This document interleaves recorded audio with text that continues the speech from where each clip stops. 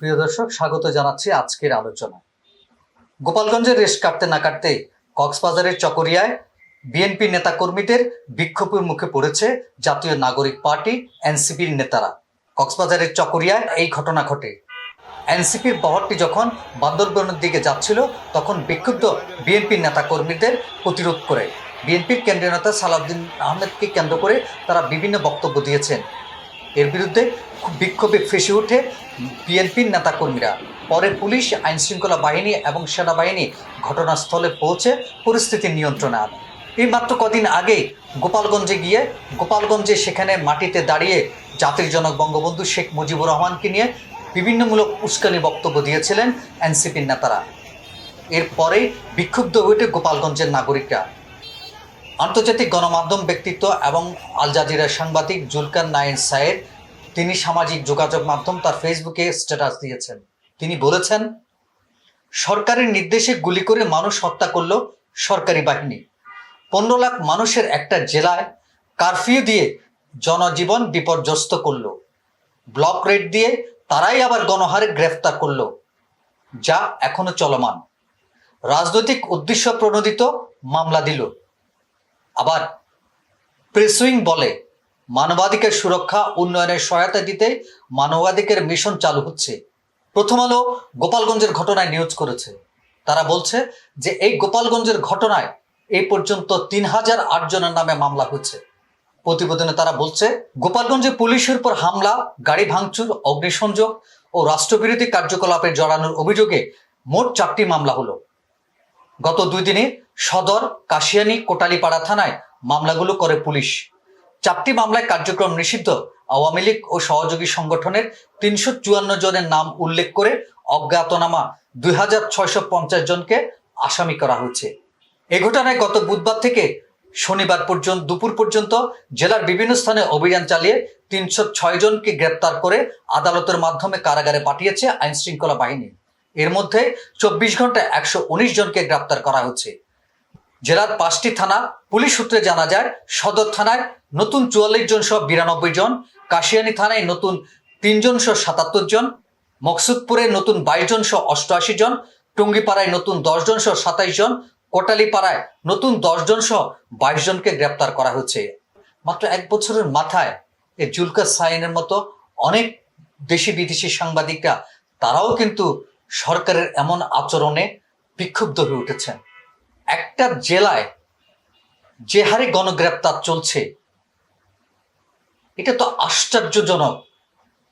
যেখানে আইন শৃঙ্খলা রক্ষা বাহিনীর যাদের ব্যর্থতা ছিল, জাতীয় নাগরিক পার্টি তাদের রাজনৈতিক সমাবেশ করবে, তাদের সমাবেশকে এই আইন শৃঙ্খলা বাহিনী নিরাপত্তা দিতে ব্যর্থ হয়েছে।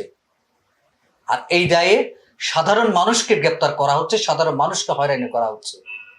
যেই সব অগণতান্ত্রিক কার্যক্রমের বিরুদ্ধে বাংলাদেশের মানুষ 5ই আগস্ট গণ অভ্যুত্থান করেছে, সেটার আবার পুনরাবৃত্তি ঘটছে।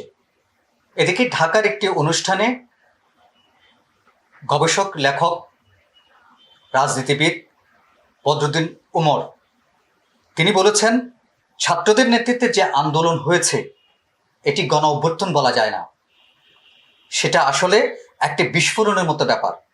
একটা হলো দীর্ঘদিনের গণ আন্দোলনের শীর্ষে গিয়ে একটা গণ অভ্যুত্থান, আরেকটা হলো কোনো আন্দোলন করতে না পেরে দীর্ঘদিন একটা ক্ষোভ ধামাচাপা থাকার ফলে একটা পরিস্থিতি, বাংলাদেশ দ্বিতীয় ধরনের অবস্থা তৈরি হচ্ছে।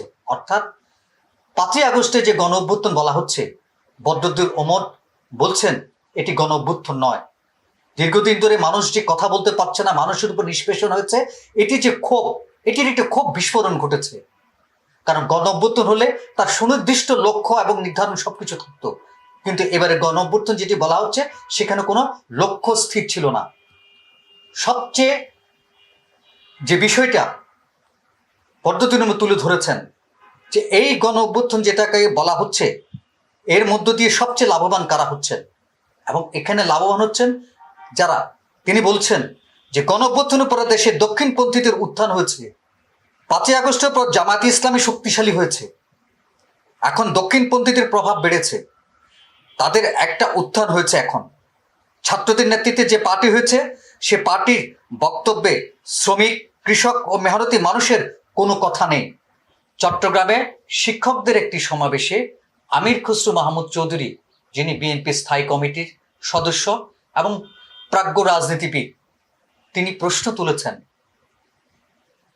তিনি বলেছেন যে যারা নির্বাচন পেছাতে চায়, যদি নির্বাচন পেছানো হয় তাহলে বাংলাদেশের ভবিষ্যৎ ভয়াবহ আকার ধারণ করবে। তিনি প্রশ্ন তুলেছেন, যারা নির্বাচন পেছাতে চায় তো তারা রাজনীতি করেন, অথচ জনগণের কাছে যেতে ভয় পান, কেন জনগণের কাছে যাবেন না? এমন প্রশ্ন তিনি তুলেছেন। নির্বাচনের বিষয় থেকে কেউ যদি সরে দাঁড়াতে চায়, তাদেরকে মেসেজ দিতে হবে বাংলাদেশের মানুষ গণতন্ত্র চায়, বাংলাদেশের মানুষ তার মালিকানা ফিরে পেতে চায়। আর আপনারা যারা গণতন্ত্র চান না, আপনাদেরকে তো কেউ রাজনীতি করতে বলে নাই, বলছে? আপনারা যারা ভোট দিতে চান না, আপনাদের তো দল করার দরকার কি? দরকার আছে? নির্বাচন করবেন না, আবার বলে আমি রাজনৈতিক দল। জনগণের কাছে যেতে চাইবেন না, আমি বলি রাজনৈতিক দল। আপনি রাজনৈতিক দল হলে তো জনগণের কাছে যেতে হবে, জনগণের পাশে দাঁড়াতে হবে, তার মনের কথা বুঝতে হবে, সেটাকে আপনি কাজে পরিণত করতে হবে। এটাই তো রাজনীতি, এর বাইরে তার কোনো রাজনীতি নেই। সুতরাং এখন আমি মনে করি আমরা ফেব্রুয়ারির প্রথমার্ধে নির্বাচনের দিকে এগিয়ে যাচ্ছি। আপনারা সকলে ঐক্যবদ্ধভাবে সেই নির্বাচনকে সফল করার জন্য, একটি নিরপেক্ষ গ্রহণযোগ্য নির্বাচনের জন্য আমাদের সকলকে মিলে কাজ করতে হবে। চট্টগ্রামের আরেকটি সমাবেশে, আরেকটি অনুষ্ঠানে গবেষক লেখক ফরহাদ মাজার তিনি বলেছেন যে গঠনতন্ত্র, কনস্টিটিউশন পরিবর্তন করতে হবে। গণ অভ্যুত্থানের চেতনা ছিল কনস্টিটিউশন পরিবর্তন করা। উনি চায় শুধু ভোট। ভোটটা করার মানেটা কি? পুরনো সংবিধান শেখ হাসিনার টেরে থাকবে, ওনারা খাই লুটপাট করবে আগের মতো। আমি বিএনপির বিরোধী লোক নই, তাদেরকে আমি বোঝাবার জন্য আমার যতটুকু সততার সঙ্গে যে কথাগুলো বলবার সে কথাগুলো আমি বলি। তাদেরই একটা সভাতে, তাদেরই বড় বড় নেতা ছিলেন, আমি খুব বিনয়ের সঙ্গে হাত জোর করে বলছি, যদি কালকে আপনাদেরকে আমরা ক্ষমতাতে বসিয়ে দিই, আপনাদের মন্ত্রী হবার তো কোনো লোক নেই, তো নির্বাচন চাচ্ছেন কার জন্য? আপনারা আগে দলটাকে ঠিক করেন। আসেন, আমাদের ইস্যুটা কি? আমাদের জাতীয় ইস্যুটা হচ্ছে যে একটা নতুন গঠনতন্ত্র প্রণয়ন করা, যাতে সকলে অংশগ্রহণ করে। বিভিন্ন রাজনৈতিক দলের পক্ষ থেকে অভিযোগ করা হচ্ছে, এই যে নানা জায়গায় ঘটনাগুলো ঘটছে, এর ফলে কি নির্বাচন কি থেমে যাবে? বাংলাদেশের মানুষ আশা করে দ্রুত নির্বাচনের মাধ্যমে একটি গণতান্ত্রিক সরকার প্রতিষ্ঠিত হবে, তার মধ্য দিয়ে বাংলাদেশ এগিয়ে যাবে। বাংলাদেশকে এগিয়ে নেওয়ার জন্য দ্রুত নির্বাচনের তারিখ ঘোষণা করে একটি নির্বাচিত সরকারের কাছে ক্ষমতা হস্তান্তরের কোনো বিকল্প নেই। আজ এ পর্যন্ত, আগামীকাল কথা হবে অন্য কোনো বিষয় নিয়ে। সে পর্যন্ত ভালো থাকুন, সুস্থ থাকুন।